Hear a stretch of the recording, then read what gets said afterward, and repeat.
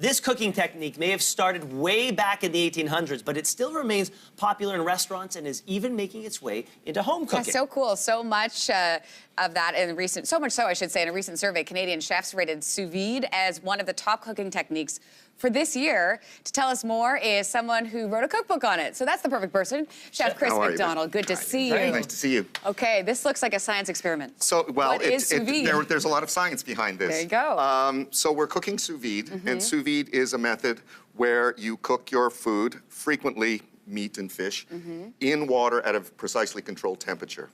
It takes a lot of the nail biting out of cooking steaks, for instance, because you get perfect doneness, exactly what you want every time. So how does that work?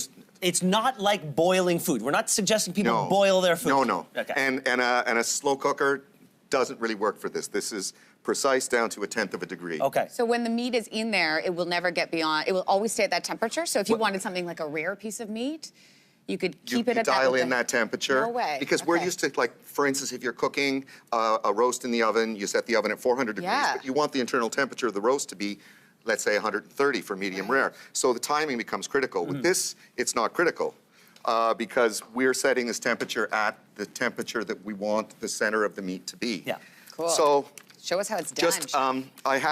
we have the magic of television. We have a finished and a raw steak. Now, this steak has been lightly oiled, and then that helps a little bit of salt and pepper cling to it, and it also makes a nice seal in the bag. Great idea. You need to seal your food somehow. Yeah, and let's tell people that there are a few components that one needs in order to do proper sous vide. You need the sous vide machine, you need the bags. What sort of costs are we talking about for somebody who wants to start off and get into it? Well, you really just need, you can do a lot with freezer bags, with Ziploc style freezer bags. So you really only need a device.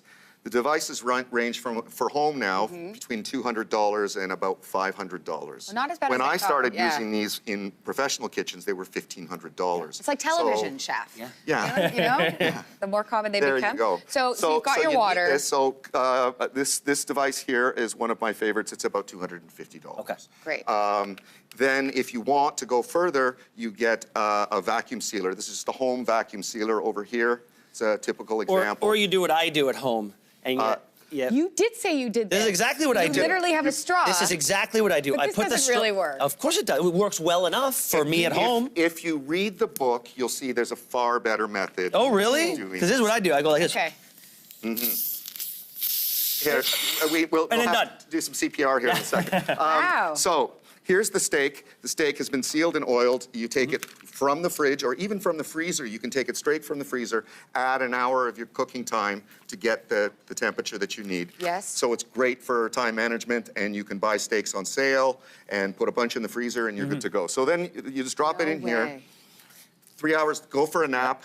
Yeah. Come back, and 3 hours later, it's ready. Because the machine doesn't just is that the key?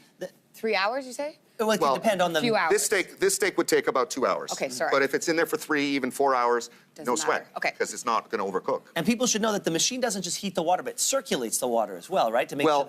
Yes. So you get an even heating. There's a little tiny pump. You can barely see that this water is moving around. And so the temperature is even right through the container. Would this work in your bathtub to make it a hot tub? Right?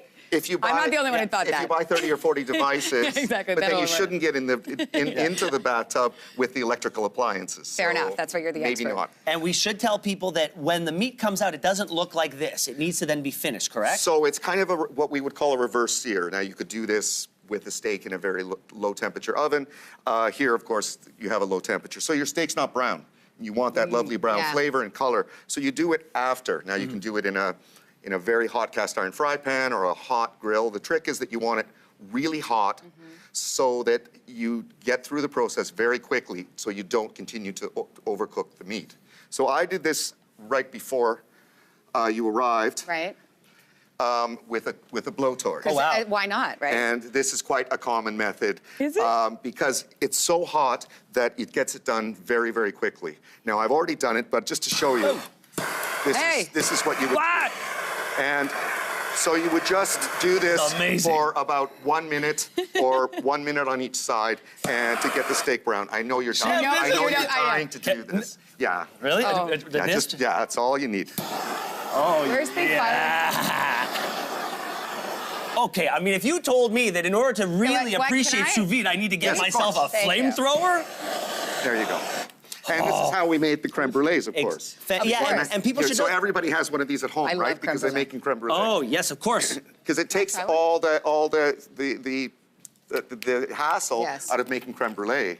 Because your eggs cook perfectly, you don't curdle the Exactly. eggs, you don't undercook the eggs. So there's so many You're things that you can spoiling do. your appetite, Lindsay. You're gonna have There's some no steak. spoiling when I'm enjoying. There are so many things that you can do with sous vide. It's not just meat and fish, but it's pretty much everything, isn't it? Yeah, it's great for salmon, for fish, you get perfect done. You know how you always get those salmon that are kind of dried out? They got white flecks all Yeah. over the top? This is great. Yeah, it doesn't happen. Chef, Okay. thank you so much for Yeah. being here. Thank you for sharing this with us. It's Long here. torch time. Find these recipes on our Your Morning website, yourmorning.ca.